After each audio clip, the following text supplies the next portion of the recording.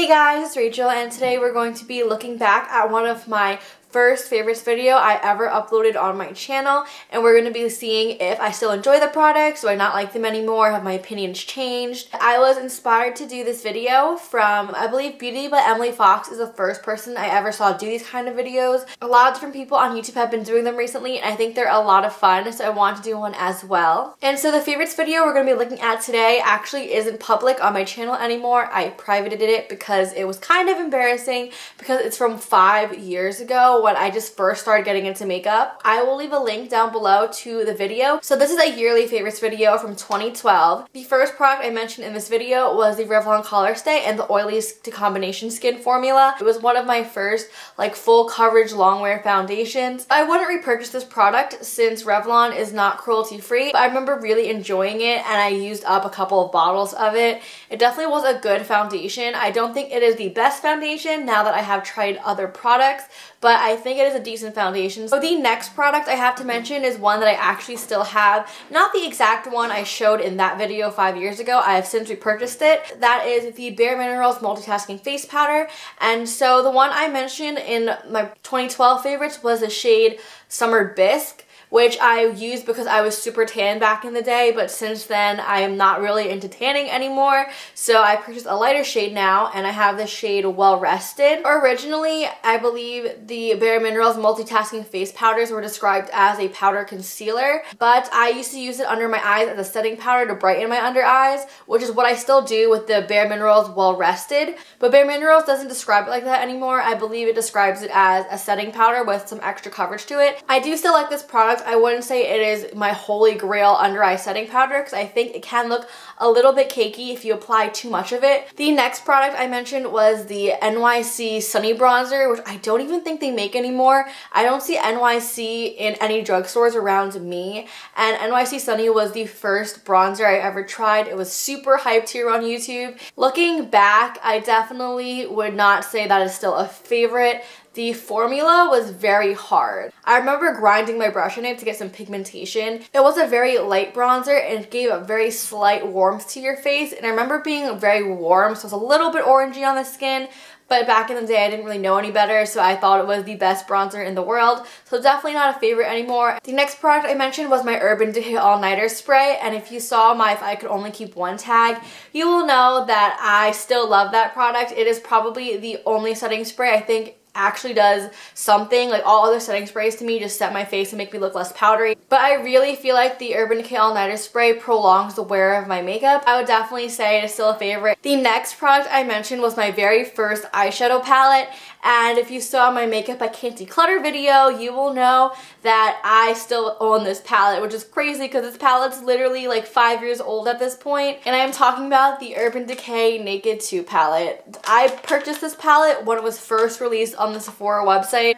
The formula is actually still pretty good. I don't really use it on my eyes anymore. I have to sanitize it first because I have had it for a long time, and once I get around to sanitizing it, I will start using it again because I love the shades in this palette. So this is what mine looks like. I had to glue some of the pans in because they started falling out, but as you can see, it has been talking about pans falling out. I actually hit pan on this one. This is the shade Foxy. I have really good dips going in a bunch of these shades. Booty Call has a really good dip in it, as well as Tease, Suspect, YDK, and Busted. Those were my favorite shades. I actually purchased a single of Suspect because I enjoy that shade so much, and I actually want to purchase a single of YDK because I also love that shade a lot. I wouldn't necessarily say this is a favorite. I do enjoy certain shades in this palette, but I wouldn't think it's an overall palette favorite just because I don't think it's the most cohesive eyeshadow palette I own. I think there should be some more matte shades in here to complete full looks. The only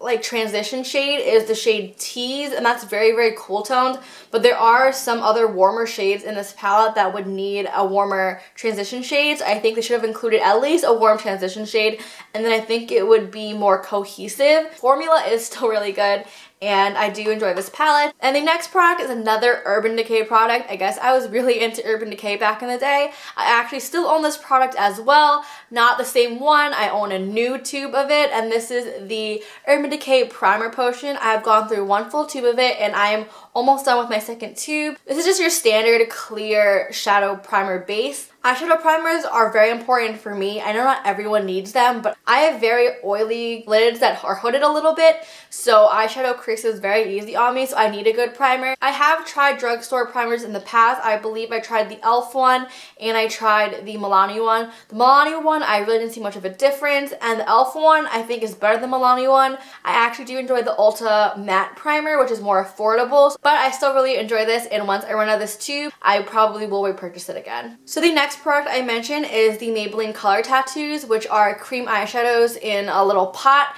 and I don't have them anymore with me, and I don't think I would repurchase them. First, because Maybelline is not cruelty free, but also I prefer eyeshadow sticks so much more. I'm not really a fan of dipping my fingers into cream shadows anymore. I'd rather just take a stick and rub it on my eyes and then blend it out with a brush. I do own several other cream eyeshadows from e.l.f. which I think perform just as well and are less expensive, so if you want a cream eyeshadow in a pot, I would say those are really great. The next product is also from Maybelline, and it's the One by One mascara they had. It was in like a red tube that is most definitely discontinued. I remember really enjoying it. It was a pretty standard mascara. It just separated your lashes really well. It didn't give me a lot of volume, and I like volume in my lashes now, so I wouldn't say it's a favorite anymore. So moving on to lip products, I mentioned the Revlon Kissable Balm Stains, and I remember I was obsessed with the shade Honey, and I actually went through like a full tube of it.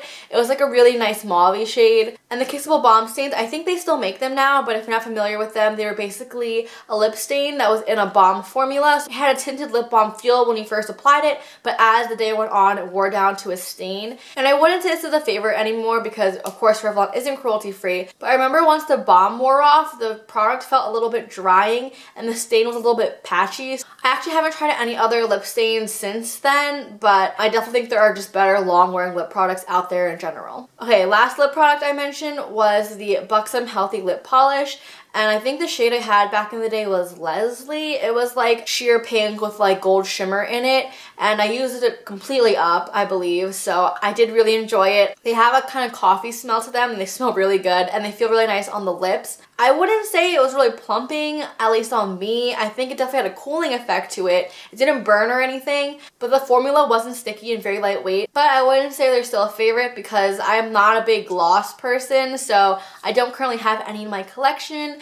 I would consider repurchasing one of the lip polishes, but since I don't wear lip gloss a lot, I don't think I could justify that price tag for it. So the next couple things weren't makeup, but I will just quickly go through them since I mentioned them in my favorites video. The first one was the Organics Moroccan Argan Oil Renewing Treatment. So Organics isn't cruelty free, so I wouldn't repurchase the product, but I wouldn't say it's a favorite anymore. I don't really do hair masks anymore.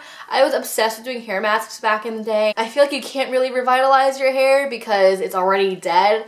So I don't really see a point in doing hair masks anymore. And the last favorite I mentioned was the hair dye I was using at the time, which was the John Frieda Precision Foam color.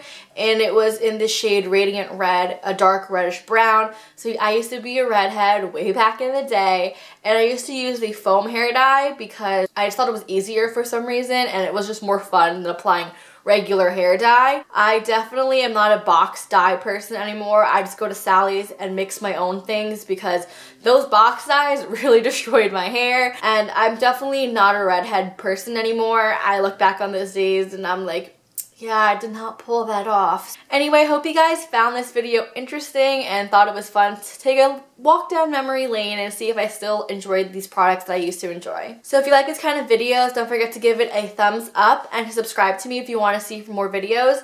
I would love to hear what are some products you guys used to use back in the day and if you still like them or if you don't like them anymore. Alright guys, that's all I have for you today and I'll see you for another video.